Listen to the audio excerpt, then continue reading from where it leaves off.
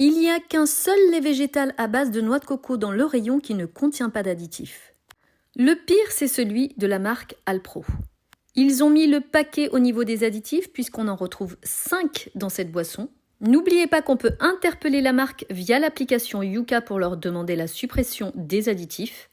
Dans ces additifs, il y en a un qui est classé rouge et c'est du phosphate tricalcique. Il est suspecté de provoquer des maladies cardiovasculaires, d'avoir des effets néfastes sur les reins. On parle également d'altération de la minéralisation osseuse. Je sais qu'on dit souvent que c'est la dose qui fait le poison, mais regardez, là on nous alerte sur le dépassement de la DJA. Pourquoi ? Parce que c'est des additifs qu'on retrouve dans plein d'aliments qu'on consomme au quotidien. La DJA, c'est la dose journalière admissible que malheureusement beaucoup d'entre nous dépassent.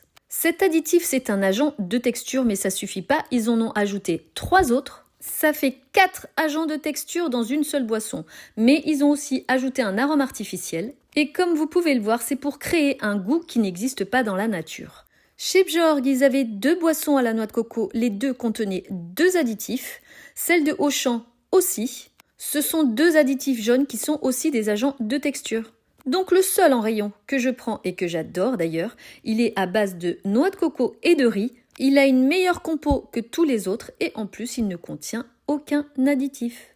Donc voilà, méfiez-vous de la compo des boissons végétales parce qu'il y a des marques qui abusent vraiment sur le nombre d'additifs qu'ils mettent à l'intérieur.